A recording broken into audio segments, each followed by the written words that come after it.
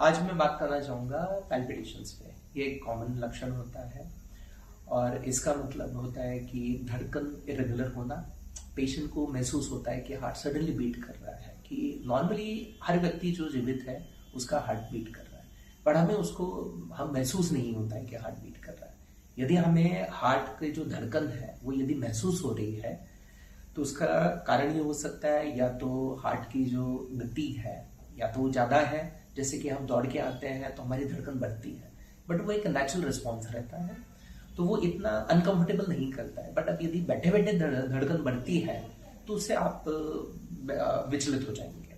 या फिर हो सकता है कि हार्ट की जो धड़कन है उसकी लैग में कुछ प्रॉब्लम है, जिसको हम एक मेडिकल टर्मिनोलॉजी में एरिथमिया बोलते हैं। There is an lack of rhythm.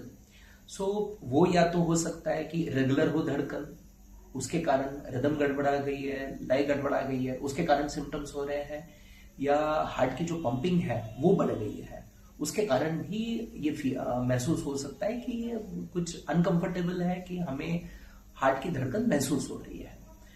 ये लक्षण जरूरी नहीं है कि एक सीरियस बीमारी का भी मतलब हो सकता है। ये इवन एंजाइटी या ज्यादा विचार करने से भी हो सकता है, लेकिन इसको हमें इग्नोर नहीं करना चाहिए। और यदि किसी भी व्यक्ति को पैल्पिटेशंस हो रहे हैं तो उस व्यक्ति ने इमीडिएटली कार्डियोलॉजिस्ट से संपर्क करना चाहिए।